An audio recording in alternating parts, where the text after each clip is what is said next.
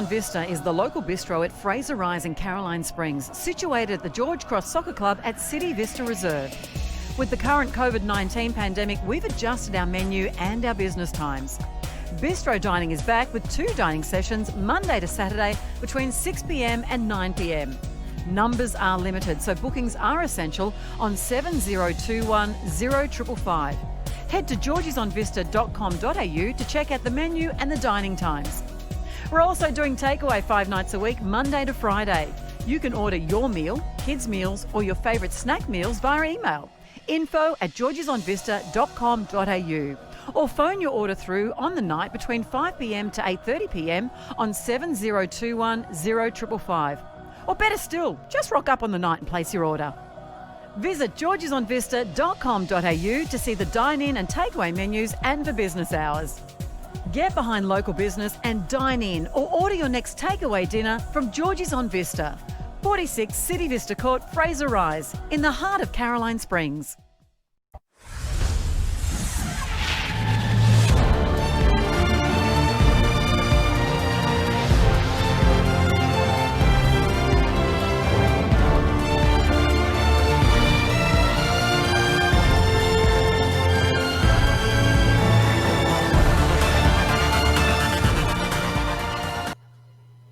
And a good evening and a very warm welcome to you wherever you may be. Welcome, welcome, welcome.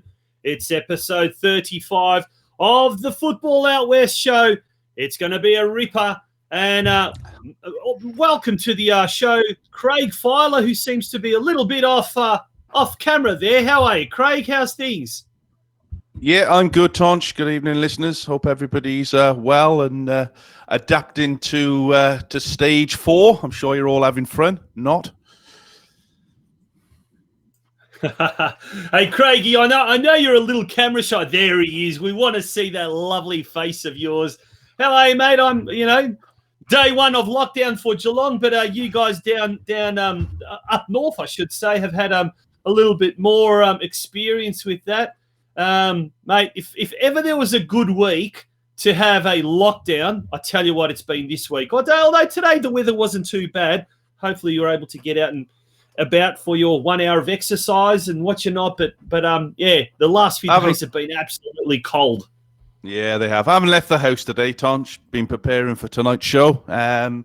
But yeah, look, it's a tough one for everybody over the next few weeks. It's going to be very, very hard. And I suppose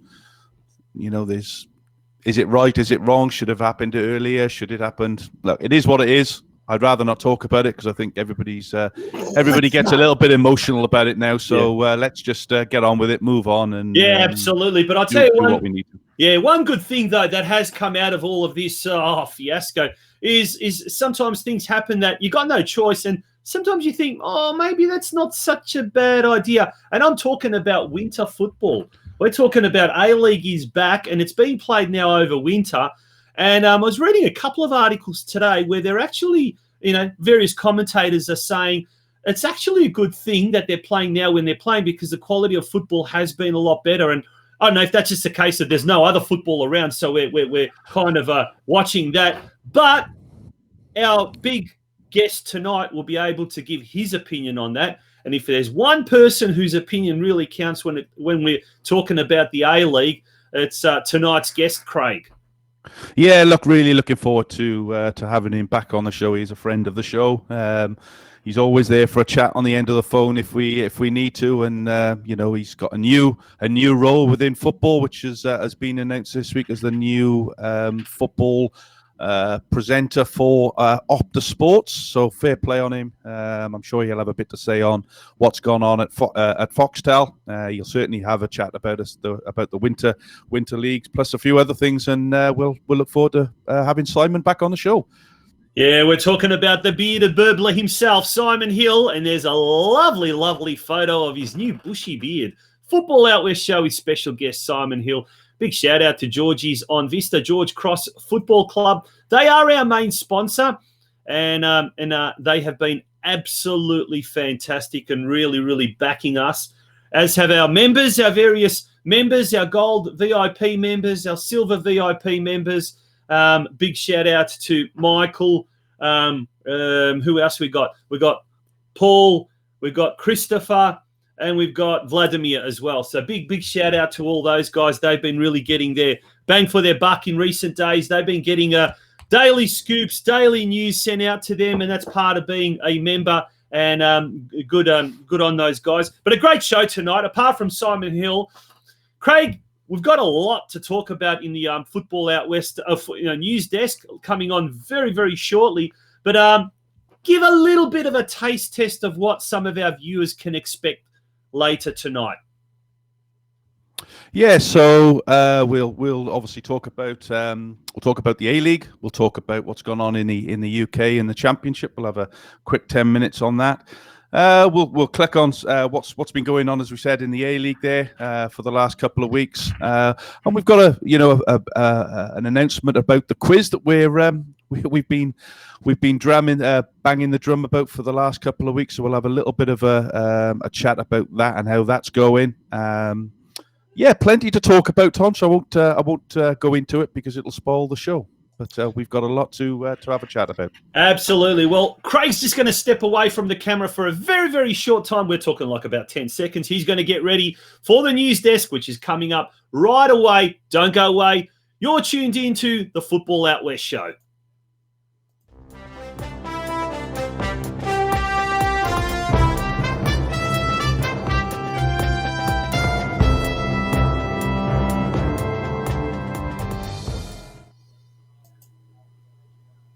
Craig, over to you. Okay, thank you, Tonch. So, ladies and gentlemen, we'll talk. We'll start off the news with what happened overnight over in Europe with the Europa League restarting. It was resumed on Wednesday. 16 ties coming to the conclusion. There's still a few to play. So Manchester United and Inter Milan both reached the quarterfinals, whilst Wolves, Rangers and Roma are still in contention to progress. The good thing about 6 of the last 16 ties will see legs at home, with the rest of the tournament now being played in various German cities, Tonch, which is due to COVID, which is interesting. So look, we'll go down the results from last night, and you can see them on screen, I believe. Tonch, you've got the results coming up. But FC Copenhagen 3, Istanbul. Copenhagen go through 3-1 on aggregate there. Shakhtar Donetsk 3, Wolfsburg. Again, Shakhtar go through 5-1 on aggregate. Inter Milan and Getafe. Now, this was only played over one leg, Tonch, because of the coronavirus. Inter Milan have won that, and they go through to the next round. And Manchester United came at home, beat Lask, or Lask, however you pronounce it, 2-1 at home. To progress 7-1 on aggregate. The fixtures that will be coming through this evening will be Bayer Leverkusen versus Rangers. Bayer Leverkusen winning that 3-1 after the first leg. Seville versus Roma. Basel versus Eintracht Frankfurt, and 3-0 up to Basel after the first leg. And Wolves versus Olympiacos. That's a 1-1 draw in the first leg, but Wolves obviously at home in the second leg and looking to progress. Yeah, excellent. Apologies there. I had the Champions League slide up before. So that, as you can see, is the Europa Cup fixtures as we speak there. Yeah, there's still some big teams in there, Tonch, if you just go back to your screen there. But, the Europa, I would imagine looking at the Europa, looking at that's who's left. You'd fancy probably Manchester United out of all of those to probably go ahead and win it now. They're unbeaten in how many? I can't think how many games it is, but they're looking really good. He's certainly started getting the team that he wants there now. There's big talk of Jadon Sancho coming from Dortmund to United in the summer, so that'll be another great signing for them. And of course, then you got Wolves. So potentially we could have an All England or even an England-Scotland final with Rangers still in there, but 3-1 down after the first leg. Highly unlikely that they're going to progress. It'll be a tough one, but look, anything's possible at the moment because there is nothing that's normal at the moment. Nothing is normal. form book goes out the window. But it will be interesting, and it's quite. The weather is warming up over in Europe. So how fit are these players? I'm sure they are. They're professionals. They've been at it, and so look, the level of football I think will be actually quite good. So looking forward to that. Yeah, they're going to be going straight back into pre-season as well. So the Scottish League has already started. So I think they've only got a couple of weeks, and they're straight back into the season. So they should be somewhere near fit by now. So we're certainly looking forward to a lot of top-class football action happening both here and abroad. And the Champions League as well, Craig, starts this weekend or restarts this weekend. Looking forward to that. Some massive games in there. So we'll discuss that when we on the show on Sunday. Hopefully we'll have a few results, and we'll talk a little bit more about it in next week's show. Yeah, absolutely. Sounds good. What else is happening? Championship over there in the UK for anybody that's got a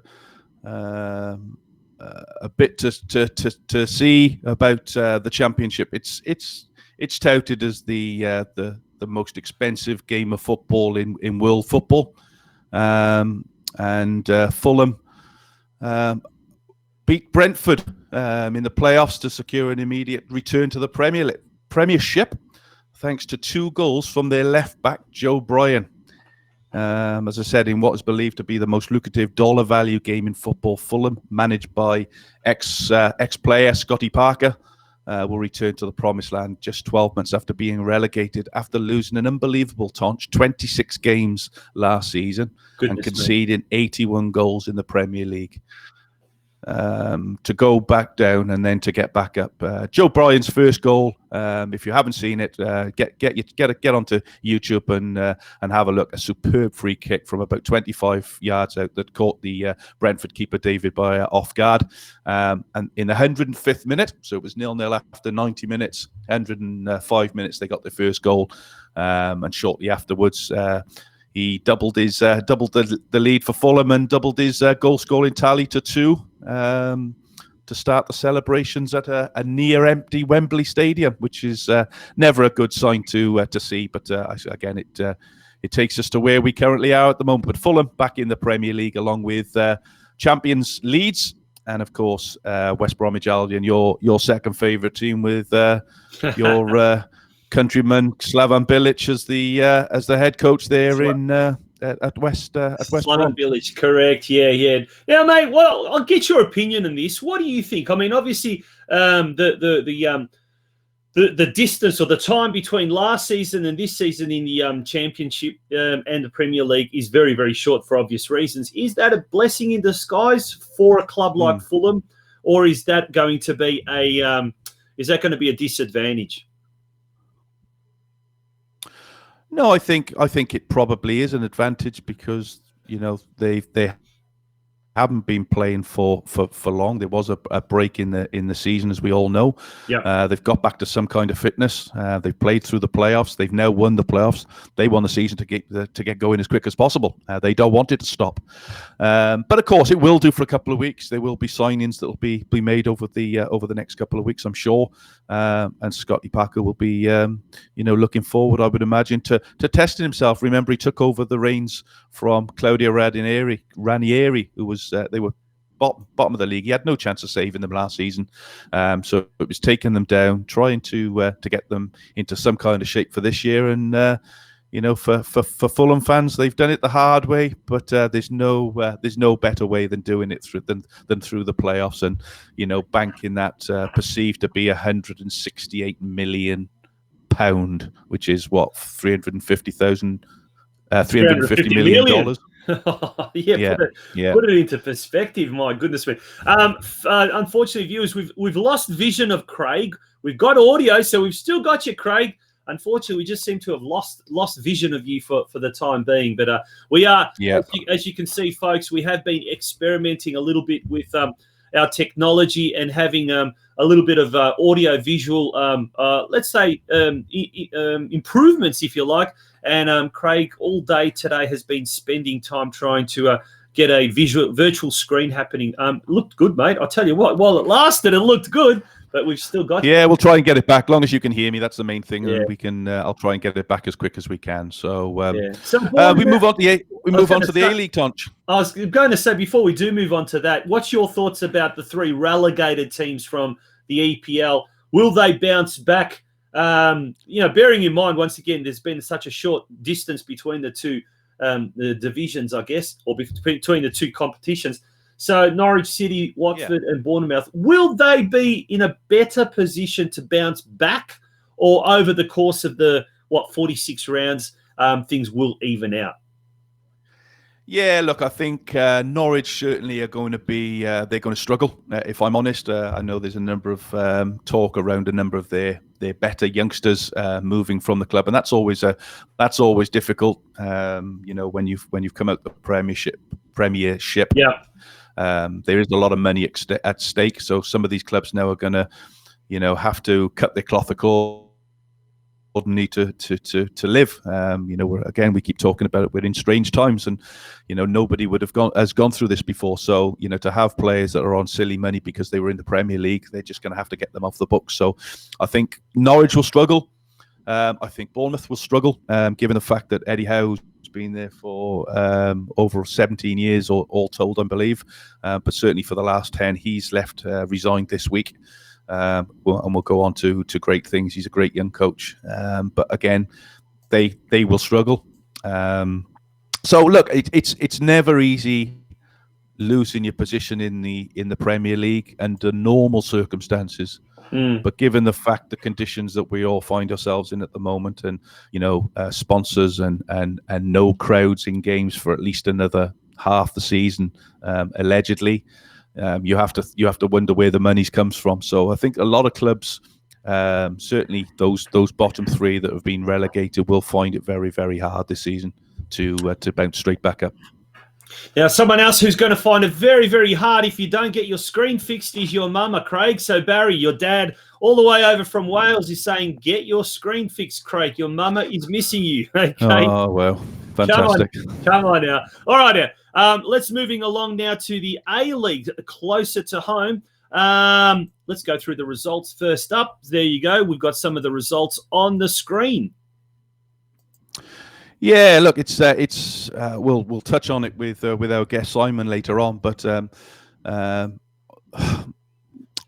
I've watched majority of games, and it's fantastic to see football on the screens every night of the week. Live football, yeah. AFL have been touting that they're 20 games straight of football on the telly. Well, we've been the same, so we've had it now for I think 14 days solid, and it's bloody fantastic to see football every night of the week. I'm a big believer in the Winter League, and again, We'll speak to Simon about his thoughts on it. But I just think the football's been far better since it's come back, because players are not playing in that 35-degree heat. They don't look tired. The ball's zipping around a lot quicker. It's just providing great football. We saw on the weekend the great game between Melbourne City and Sydney. Sydney probably not at their best on Saturday. I think Steve Corica will. I think he's openly come out and said that they weren't. But Melbourne City are looking menacing. They'd be my tip, I think, this year to win the grand final. I think it'll be those two in the final again. And I think if memory serves me right, Tonch, I think for the 17 years that the A-League's going, the top 2 that have finished have been in the grand final. So it'll be really interesting. But I'm tipping Melbourne City to go on and win the grand final this year. But there's still a lot of football to be played. Newcastle Jets against Western United on Sunday. Great game of football again. Both teams were really good, really sharp. Carl Robinson, the Newcastle Jets coach, has certainly got them structured. He's got them playing some fantastic, quick football. Everybody seems to know their job, and I think they'll be a force next season for sure if they continue in the same vein that they are, because they were dead on their feet 4, 5, 6 weeks ago when they stopped playing, and Ernie Merrick got the boot, but he's gone in there and rejuvenated them, and they look a totally different side. And I think. Yeah, there have been a lot of positives. I mean, look, Melbourne City, great, obviously from a Victorian point of view, Melbourne City defeating Sydney FC. Everyone loves to beat Sydney FC. Doesn't matter who it is. The Western United, I think they were stifled against Newcastle Jets. As you said, I think the Jets played tactically a very good game there, and I think Western United just couldn't keep up. But they've got an opportunity coming up tomorrow, I think it is. But look, before we get to that, Victory went down to Central Coast. And any other year, that would have been an absolute disaster. But look, you know what? Hats off to Victory. I'm not a big Victory fan. I'll say it openly. But hats off to Victory and Grant Brebner, giving a lot of those younger players a go. And I'll tell you what, I've been more interested in watching the Victory since the resumption of play than in previous years because of that very fact. Western Sydney Wanderers went down 1-3 to Perth Glory, who are very, very inconsistent. And then last night we had Wellington Phoenix and Brisbane Roar play a 1-1 draw. So the ladder, Craig, how does that look now? Yeah, the ladders. Look, I think the top five are done. Tonci, I think you go down as Perth Glory. I think they win the other night, has sort of almost secured them that top 6th place. And then it's the race for that 6th place. You've got Adelaide on 34, Newcastle Jets, who I think will probably finish outside of the 6, just purely on the number of games played. Then you've got Western United on 22, play 22, 30 points, and Western Sydney Wanderers, tomorrow's opponents, on 24 and 30 points. So, look, I think it's very much in Western United's hands. They've got 2-3 games on some of the teams there. It's a huge game tomorrow night, a must-win game. I think anything less than a win for Western United tomorrow will put them in a little bit of trouble, I think. Yeah, absolutely. So tonight's game, Adelaide United and Sydney FC. How good is our guest? Simon Hill? He, as we speak, he's doing a pre-match show for Sydney FC.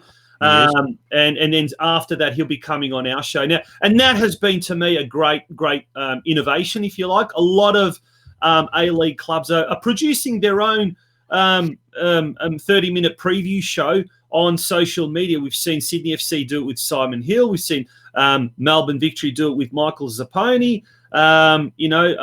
There's talk Western United may be doing something similar if they get into the final, which they should. But the next 3 or 4 games games in the will be very interesting. Starting with tonight, Adelaide United, Sydney FC. If Adelaide United, going back to that ladder, if Adelaide United were to win, they'd be on 37 points after 25 games. Yep. They'll be 7 points ahead of Western United, and basically that means Western United really, really need to make sure that they're winning all of their remaining games. Yeah, look, I think the game on the weekend against the Jets obviously didn't go their way with them losing the game. But like I said, it's in their hands. We really want, as a Western United supporters, really need Adelaide to slip up tonight and Sydney get the win. And Sydney haven't been great since they won the league. So, They lost again on the weekend to Melbourne City, and Steve Corica's going to want them playing. He's going to want them winning that game because they've got to get that winning mentality back as it goes into final. So I don't think it's a dead rubber, that's for sure. Sydney will be going out to win, and of course Adelaide will be looking to get those points between them and Western United. And 7 points, even though they've got 3 games in hand, I'm a big believer that you get the points in the bag first. If you've got the points in the bag, you're in a far better position than having to chase, because it just puts pressure on your team. But look, Western United, it's in their hands. I'm sure Mark Rudan and the coaching team will have them ready for tomorrow night. And let's hope for everybody that they can get 3 points and continue the run. Yeah, absolutely. So there you go. Adelaide United, Sydney FC kicking off at around about 7:45, I think it is tonight, or 7:30 thereabouts. It says 7:30 there on the screen. Yeah. Western United taking on Western Sydney. Big game tomorrow night at 7:30 p.m. Very, very important game, as we've said. On Saturday afternoon or evening, Perth Glory taking on Melbourne Victory. I was about to say Perth Glory hosting Melbourne Victory, but that ain't true. And then Monday, there's a break on Sunday, and then on Monday we've got Brisbane Roar hosting Sydney FC. And then on Tuesday, another massive game. This is a huge game. Melbourne City could do Western United a huge favour when they take on Adelaide United. So going through that ladder once again. There we go, Sydney FC, home and hosed in top spot. Melbourne City, you'd think they've got second spot secured, but you never know. Wellington Phoenix, Brisbane Roar, Perth Glory, Adelaide United currently make up the top 6. Newcastle Jets, well, they've played a game extra, so they're probably not in the best position. In fact, I think they won't make it. Western United can. They're the only one in that that group below Adelaide United that could. And then we've got Western Sydney Wanderers, Melbourne Victory, and then Central Coast Mariners, who have completed their season, and they are the Wooden Spoonists. Wooden Spoonists. Is that a well, it is now. That's a Tonchiism, isn't it? Yeah. Let's start it. Why not? Let's start a Tonchiism. Nottingham Forest. Yeah. Wooden Spoonists. What else can we do? What else can we say? But let's just have a quick touch on Central Coast Mariners, Tonch, because this is the 4th year on the trot that they've finished with the wooden spoon. Yeah, and I want to bring this up with our guest later on. You know, does this not add legs to the second division now?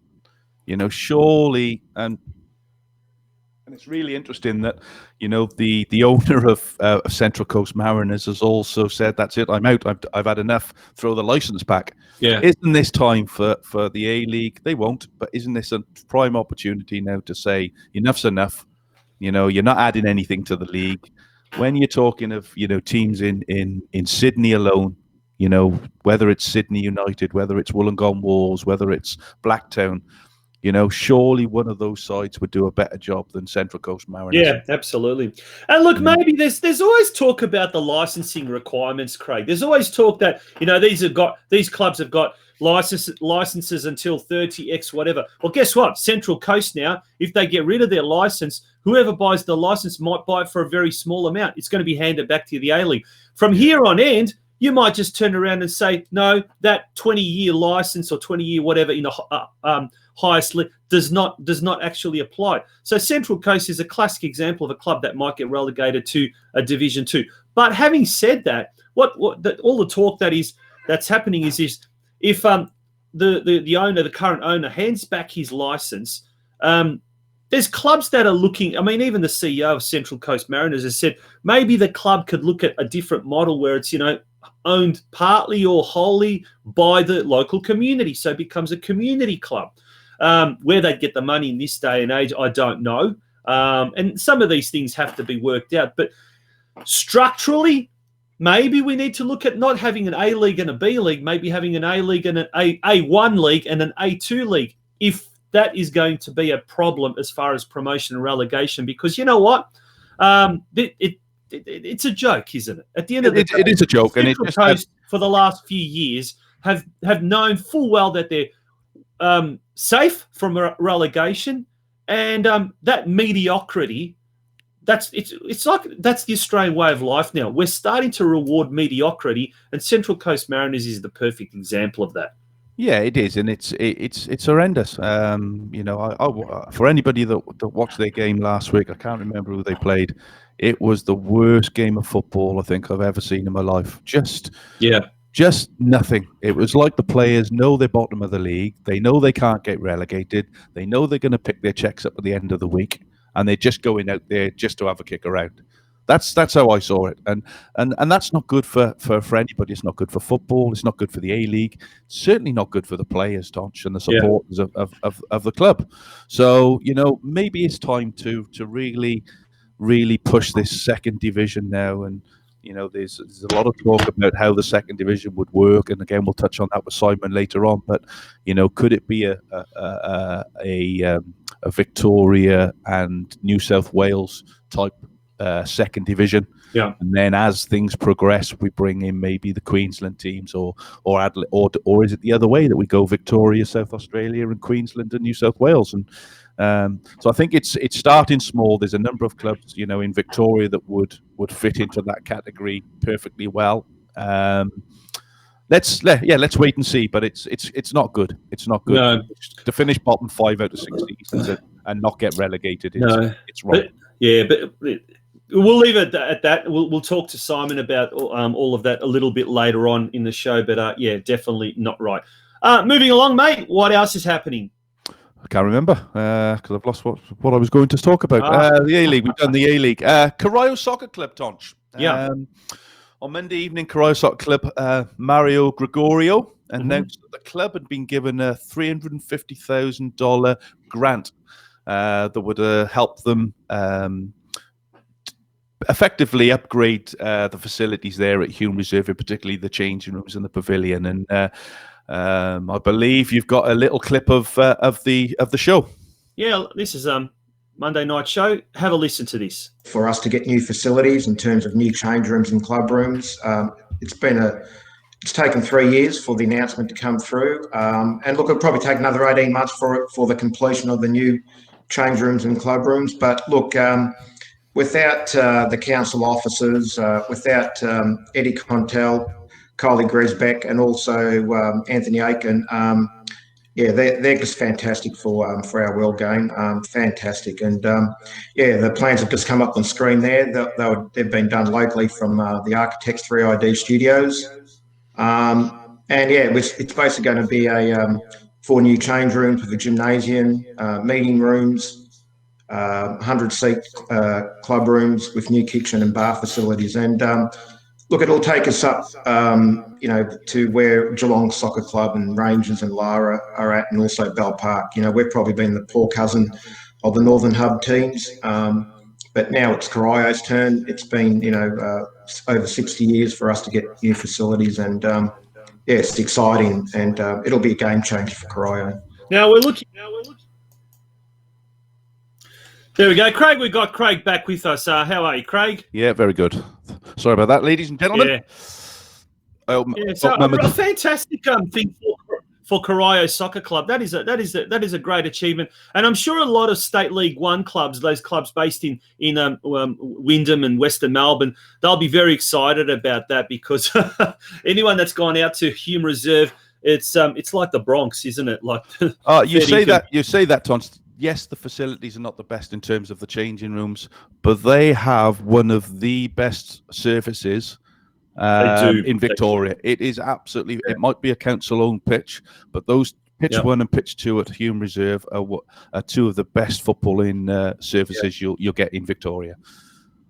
Yeah, absolutely. You're not wrong there, and a lot of work has been done over the last few years in putting irrigation systems and doing ripping up, first of all, pitch 1 and then pitch 2, and those, and dare I say now, with the less football activity that we've had, the pitches are just incredible. They're just absolutely fantastic. And actually, speaking of Hume Reserve, I had the pleasure about 2 weeks ago going down there and coaching a mini Roos game, because we had 4 weeks of mini Roos in Geelong that finished last weekend, but we're blessed to be able to at least have 4 weeks. And tell you what, the Hume Reserve turf there was just amazing. Yeah, it's great to see. Fantastic work that's being done behind the scenes. And, look, hopefully more clubs across that Western Belt will be able to get lots and lots of government funding, because I tell you what, the community sports, and when we talk about community sports, we talk about obviously our football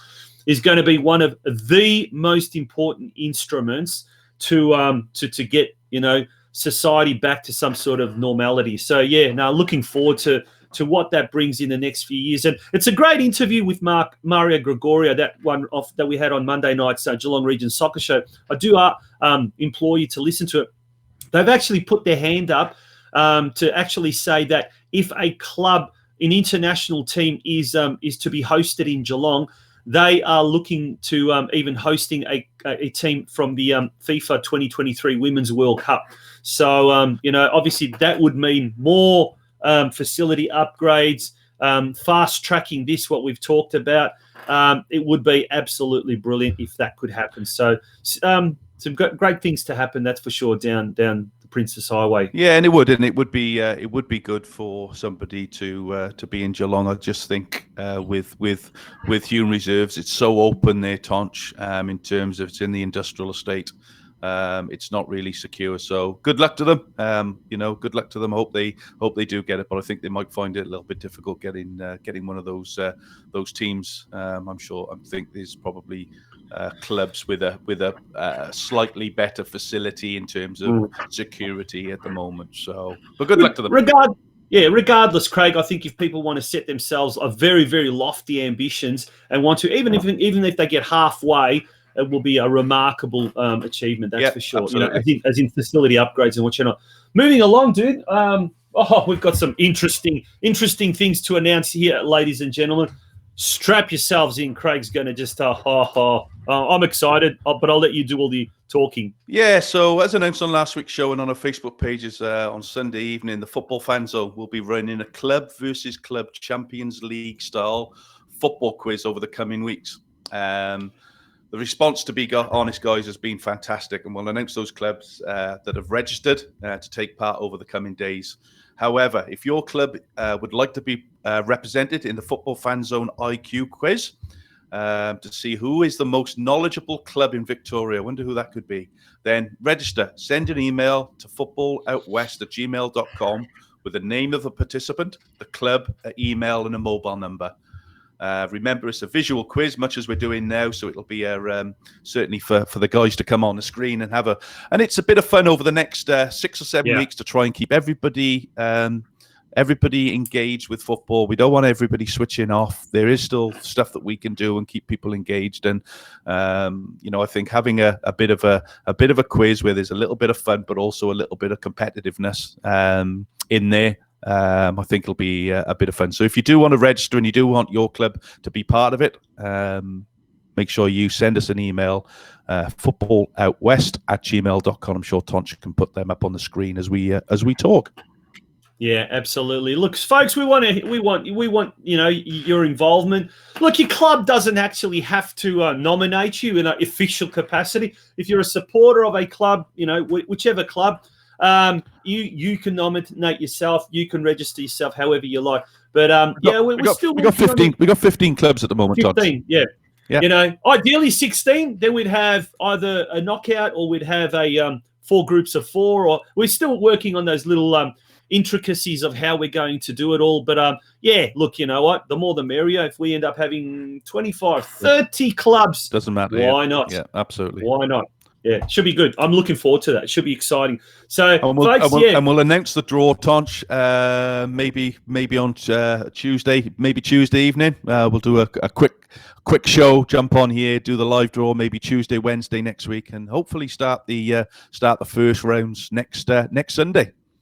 Yeah, it'll be fantastic. Actually, it'd be great if we could get the a show, maybe even on Sunday, even if we can get the on Sunday's show, on Sunday's Football Fan Zone, if we can by then even get all the clubs finalised. But it is up to you, folks. We do want you to get on board. So footballoutwest@gmail.com is that address.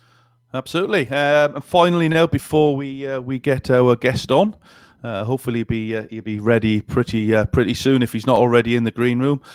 Tomorrow evening, Tonch, we're going to be hosting something different. We've already mentioned the four-mentioned A-League hotting up.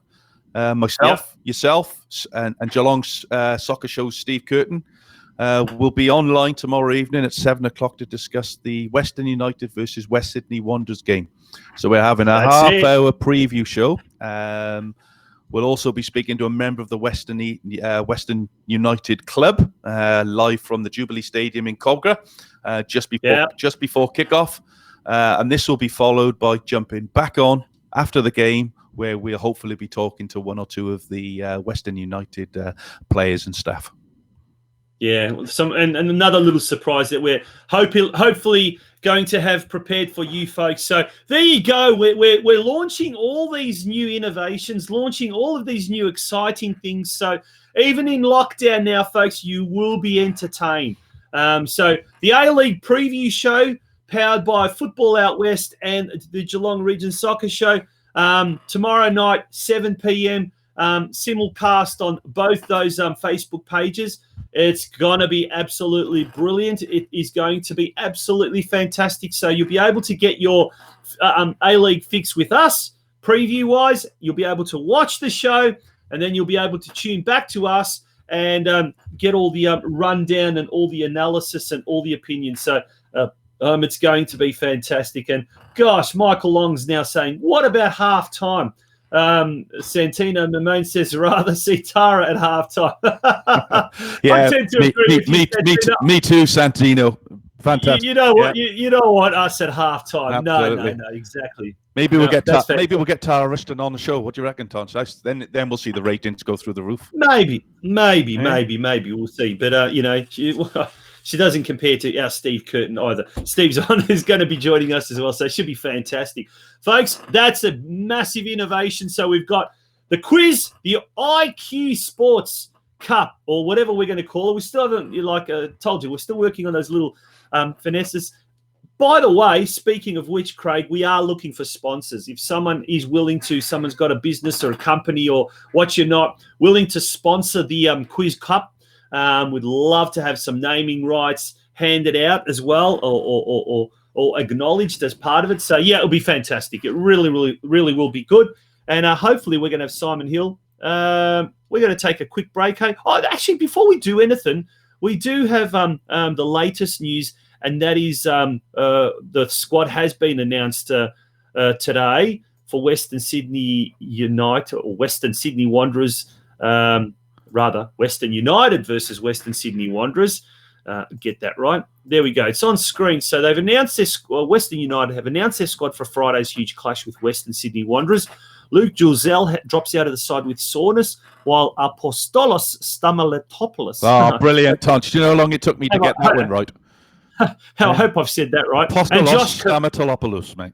Stamatolopoulos. And Josh Cavallo have been promoted. So there's a squad. Philip Curte, Aaron Calver, Andrew Durante, Dylan Pirius, Tomoki Ime, Valentino Yule, Apostolos Stamatolopoulos, Stephen Lustica, Connor Payne, Max Burgess. Oh, here's another one. Jonathan. I'll let you have a go at that Jonathan Aspro. There we go. Jonathan Aspro, Josh Cavallo, Bessar Barisha, Josh Risden, Sebastian Pascali, Tomislav Uskok, Alessandro Diamanti, Patrick Antalmi, Jerry Scottatidis, and Ryan Scott. So only Giselle has been left out. Apostolos and Josh are in. So I tell you what, just on that squad there, Tonci, just for the viewers to comment on it, how good is the Japanese import Tomoki Imo? Yeah, he's good. What a player! What an engine on really that lad. Impressive. Very, very good footballer. Yeah. All right, mate. We're going to take a little bit of a break. We're going to go and have a word from our sponsor. When we return, hopefully, we will have Simon on the Simon Hill online. George's on Vista is the local bistro at Fraser Rise in Caroline Springs, situated at the George Cross Soccer Club at City Vista Reserve. With the current COVID-19 pandemic, we've adjusted our menu and our business times. Bistro dining is back with 2 dining sessions Monday to Saturday between 6 p.m. and 9 p.m. Numbers are limited, so bookings are essential on 7021 0555. Head to georgesonvista.com.au to check out the menu and the dining times. We're also doing takeaway 5 nights a week, Monday to Friday. You can order your meal, kids' meals, or your favourite snack meals via email. info@georgesonvista.com.au, or phone your order through on the night between 5 p.m. to 8:30 p.m. on 7021 0555. Or better still, just rock up on the night and place your order. Visit georgesonvista.com.au to see the dine-in and takeaway menus and for business hours. Get behind local business and dine in, or order your next takeaway dinner from George's on Vista, 46 City Vista Court, Fraser Rise, in the heart of Caroline Springs.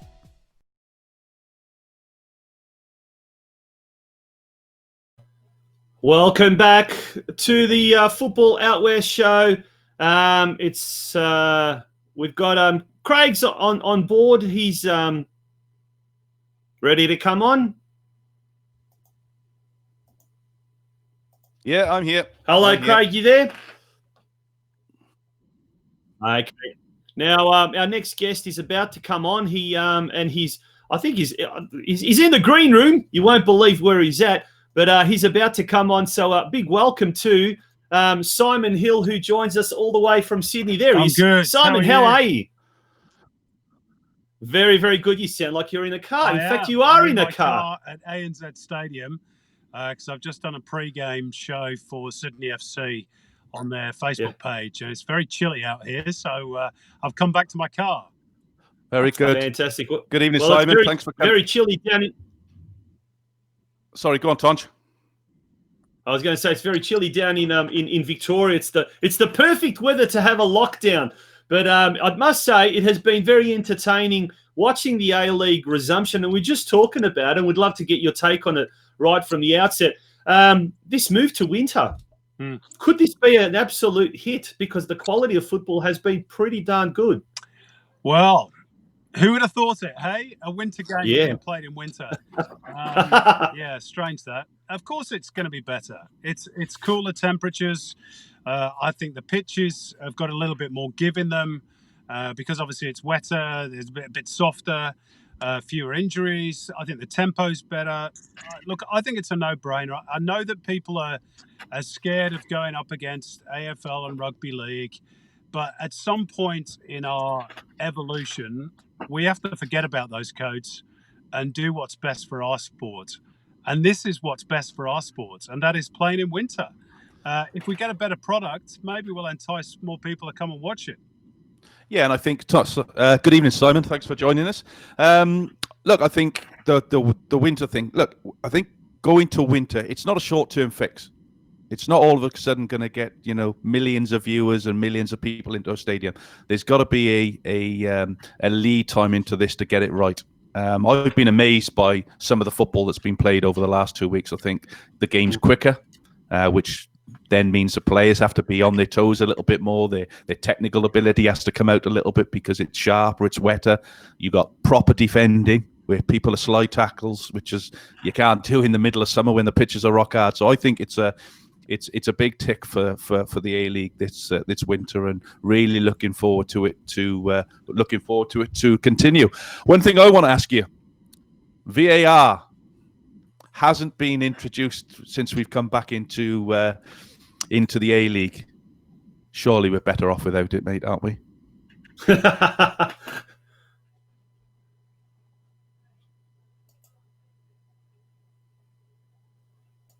Well, he's gone, is he? Have we lost him? Hello?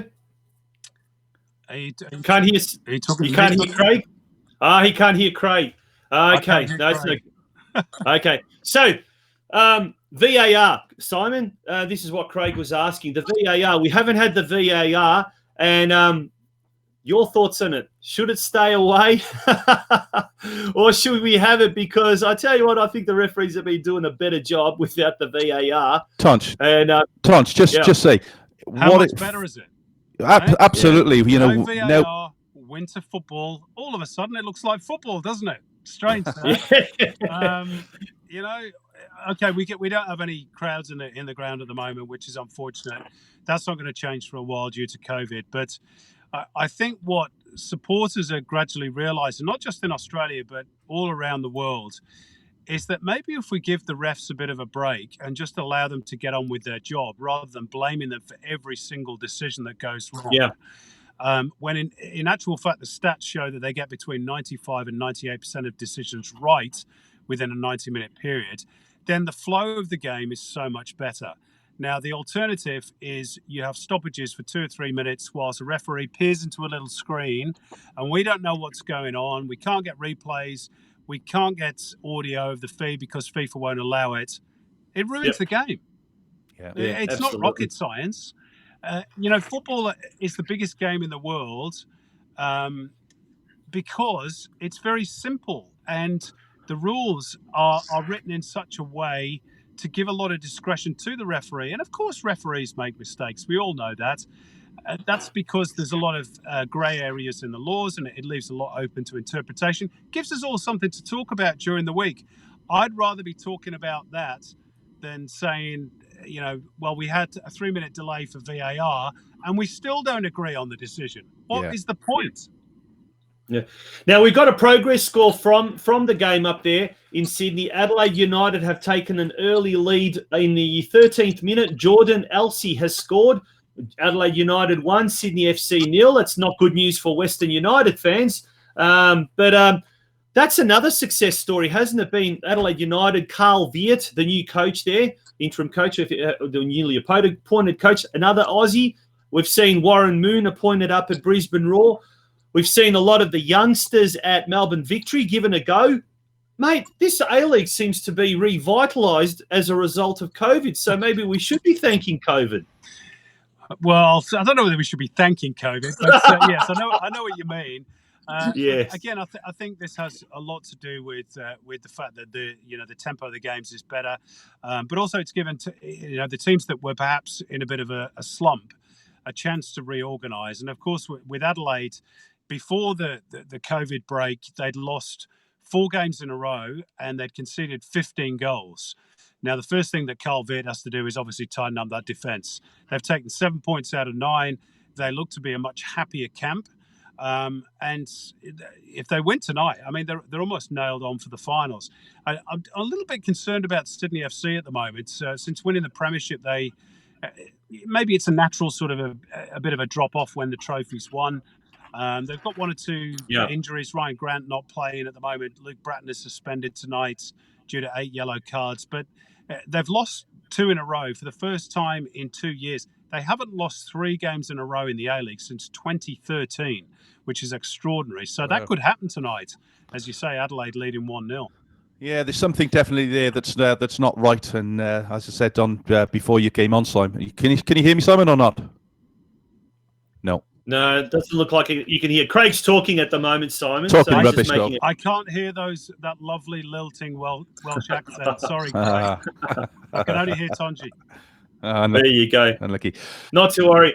Go on, Craig. You're going to say something. Yeah, a couple of things. We touched on it earlier on. Central Coast Mariners. Central Coast Mariners. I'm not like the middleman now. You are. Central Coast Mariners finished bottom of the league 5 out of 6 seasons. Wooden spoon again. Yeah. So Central Coast Mariners finished on the bottom of the ladder for the last. I'm like a translator now. The 5 out of the last 6 seasons. Go on, Craig. What needs to be done there, Simon? Is this now the perfect opportunity to get I think it's quite straightforward, to be honest. They need a change of ownership, and the news today is that they're in negotiations with a consortium. I think there's part of it is like a fan-based consortium to buy out Mike Charlesworth, who's reiterated his desire to sell. And look, in fairness to Mike, they won a title in his early years in 2013, but he hasn't been able to keep up with the bigger clubs in the A-League in terms of the investment. They're the smallest club in the league, but they have a very important role to play in the competition. And I know a lot of people say, we should just get rid of the Mariners because they don't work. Well, that's not how you build longevity in a competition. You have big clubs, you have small clubs. The Mariners have got 15 years of history, and a lot of that has been very successful. I think we need to keep the Mariners, but they need a change of ownership, and they need a fresh approach. Mike Charlesworth has been running it for many years from his home in London. You can't run a club on the other side of the world from London. So I think it needs local owners. It needs people with a passion for the club and hopefully a bit of money as well. To invest. The Mariners are never going to be Melbourne Victory or Sydney FC or the Wanderers because they're a small club, but they can be much more competitive than they have been in the last 4 or 5 years. And I hope that sale, if it is a sale, goes through quickly. Now, I suppose with the predicament that they do find themselves in performance-wise on the park, does this add a little bit more leverage to the concept of a second division and promotion and relegation and those sort of things? But what are the limitations as far as licensing requirements or licensing agreements? And in your opinion, is there a way around that?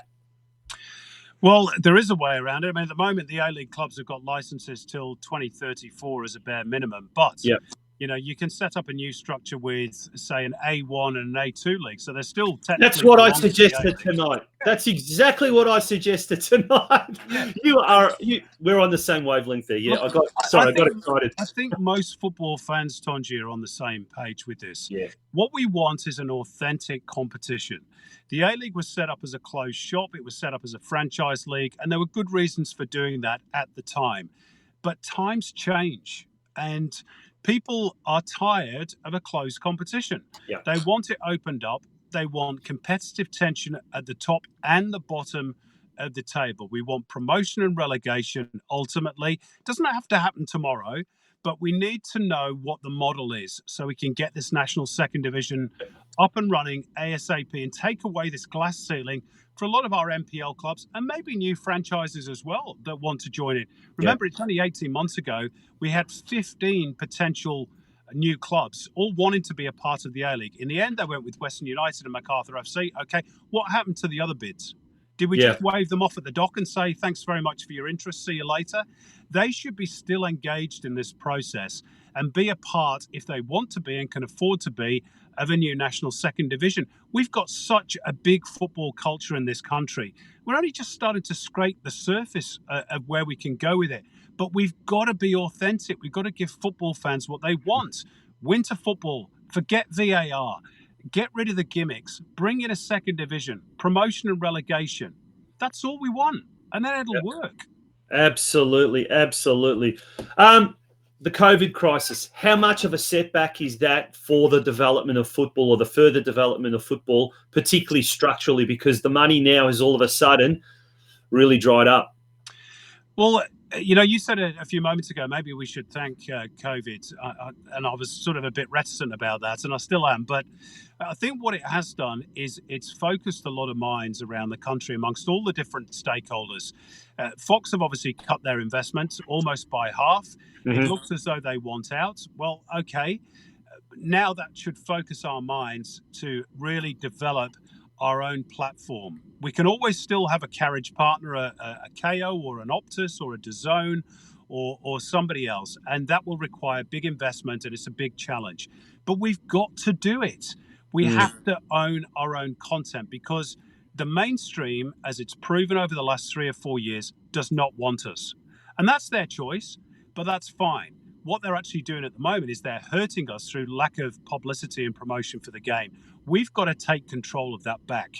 And that means owning our own content on our own platform, getting the whole football community involved. And then you sell off the cream of the crop, the A-League games, the Socceroos, the Matildas, what have you. But it's time to do it. The time is now, and the clock is already ticking on this. The Fox Sports deal ends in July 2021. We've got to be ready long before that. Yeah. Oh, we've got Craig back. Can you hear Craig? Simon, can you hear? No. Can't hear it. Yeah, okay. Now, with the ever-changing football landscape, Simon, it's also, I suppose, you're a part of that ever-changing football landscape. You're no longer with Fox Sports.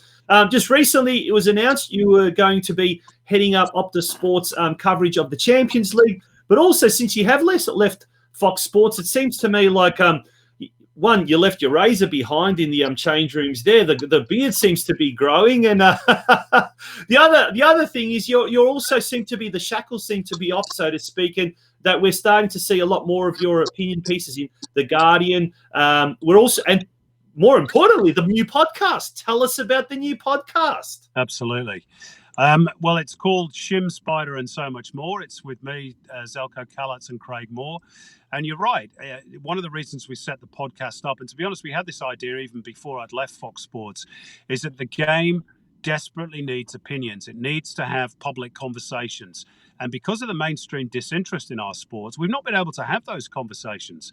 Now, what's happened is a lot of people who worked in football, and I'm a classic example, have actually left that mainstream. But we're now finding homes in the new media, and that's the future. The old mediums are not going to be around for very long, in my opinion.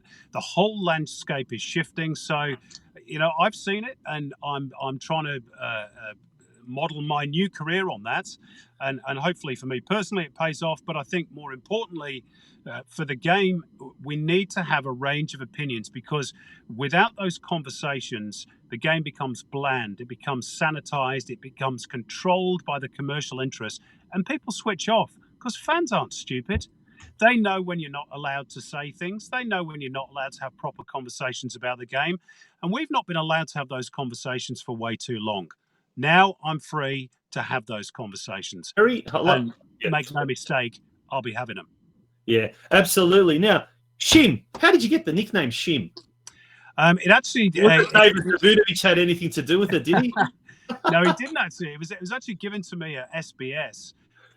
When I worked there, because everybody with an Anglo name, it was almost like the reverse Laszlo Urga, because Laszlo had to change his name to Les Murray to be accepted. So to be accepted at SBS, if you were Anglo, you had to have your name ethnicized. So I became Shime, which of course is Croatian for Simon, and I actually became Shime Ilic.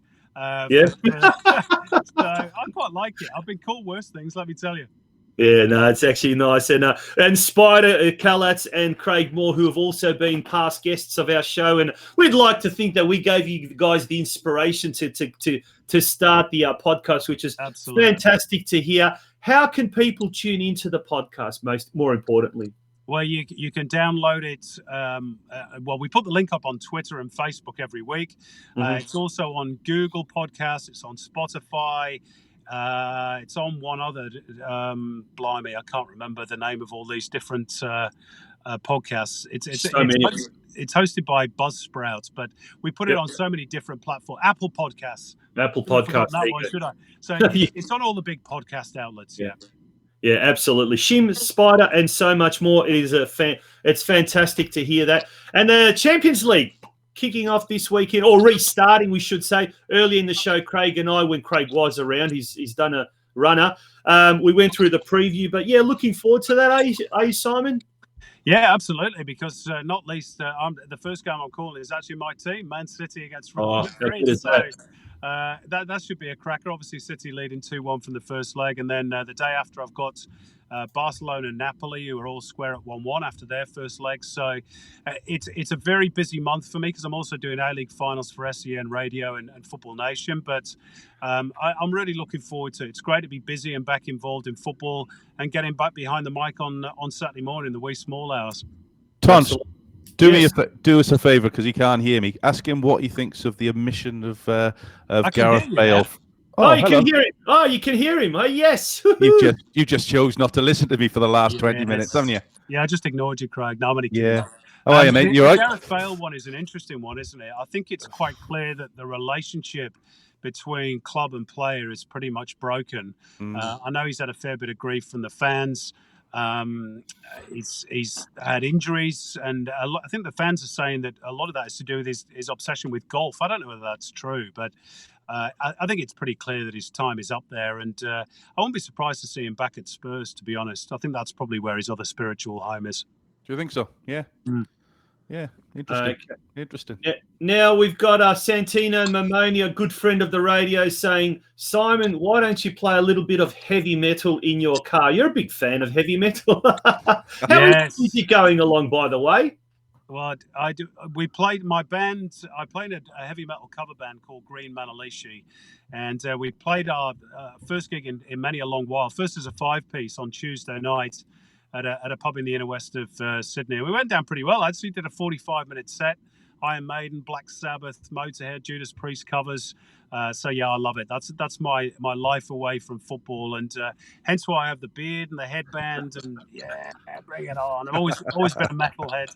Next time we put you on, next time we bring you on, you'll have to wear some sort of like an Ozzy Osbourne wig or something like that. Actually, I'm a drummer, Tonci, so it'd have to be John Bonham top or somebody like that. Yeah, something completely nothing to do with football. I was watching a special on YouTube about the Peaky Blinders, the making of the Peaky Blinders, and they were talking about how they were perfecting the Birmingham accent.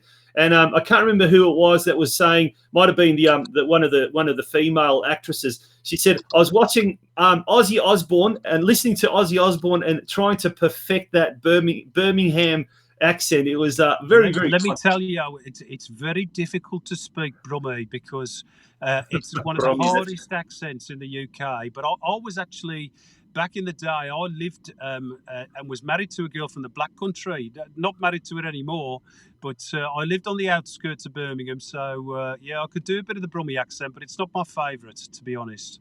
Yeah, when Grice when what's his name, Killian, was it Murphy? Is that the Irish actor that plays Cillian Murphy? Yeah, brilliant acting, by the way. My wife, we've talked about your love, your passion for heavy metal away from football, but how else do you just calm down, relax when you're not consumed by football, not consumed by say heavy metal? What else do you like to do in your spare time? Well, I'm a bit of a strange one, really, because I'm fascinated by political history. So I read books on particularly the Second World War, communist Russia, or the Soviet Union as it was, North Korea, things like that. I studied politics and sociology at university many years ago, and politics fascinates me. I'm a bit of a trendy old socialist, a trendy lefty, latte sipping lefty as they call us. So I'm very much into my politics. So I read all that and watch a lot of documentaries on those sorts of programs. You'll be reading one about communist Victoria in the next couple of years, mate, I'm sure. There'll be a book out coming out soon. Watch this space. Spoken like a true Neil Kinnock there, isn't it? Yes. See those two houses there, but mine's the middle one, isn't it? You're going to start polarizing us here, Simon, and the viewers and everything like that. On that note, thank you very much for joining us, mate. Really do appreciate it. Shim, Spider, and so much more. Looking forward to many more episodes of the podcast. Looking forward to a lot more, let's say, a lot more relevant football content and discussion from yourself as well. And it can only be good for football here in Australia. So, and we really appreciate your time. It's absolutely, we are very grateful. Thank you. Pleasure, guys. I'll try and congratulations on the new job as well, mate. It's about time you're back on the screens, mate. Fantastic. Thanks very much, Craig. And maybe when this COVID thing's over, I'll get down to see you all in Melbourne, eh? Or maybe we'll come up there and see you when the borders are open. Who knows? All the best, Simon. Thanks for coming on. Thanks, guys. Cheers, mate. Thanks. That was Simon Hill. It was great. Not only was it great to talk football, it was great to talk heavy metal and everything else as well. So that was absolutely fantastic. Craig, we still haven't got you. Huh?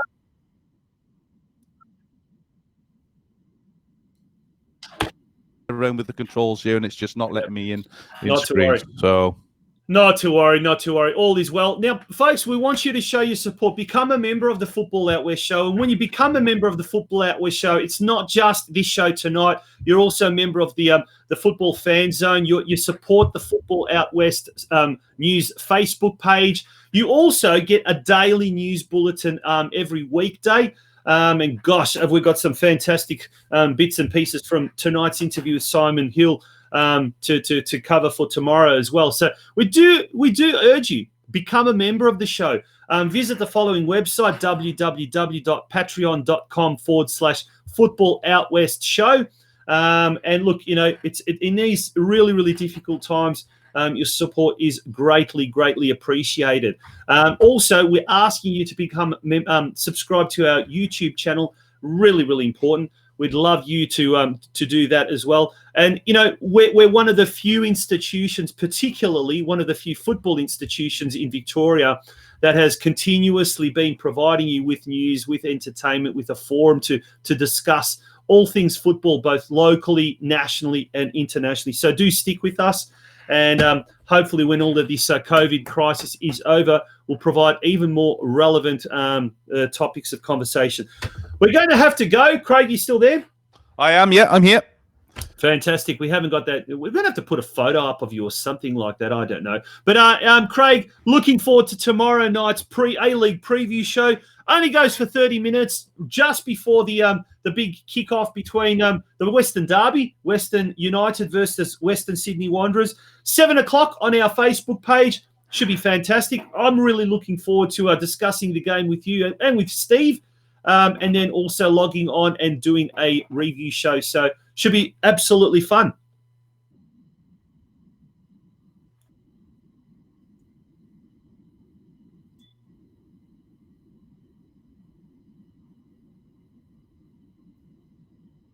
Will do. On that note, thank you very much to everyone that has tuned into tonight's show. We cannot wait to have your company again tomorrow night, 7 p.m. in a very, very special A-League preview show here on the Football Out West. On behalf of Craig and myself, good night.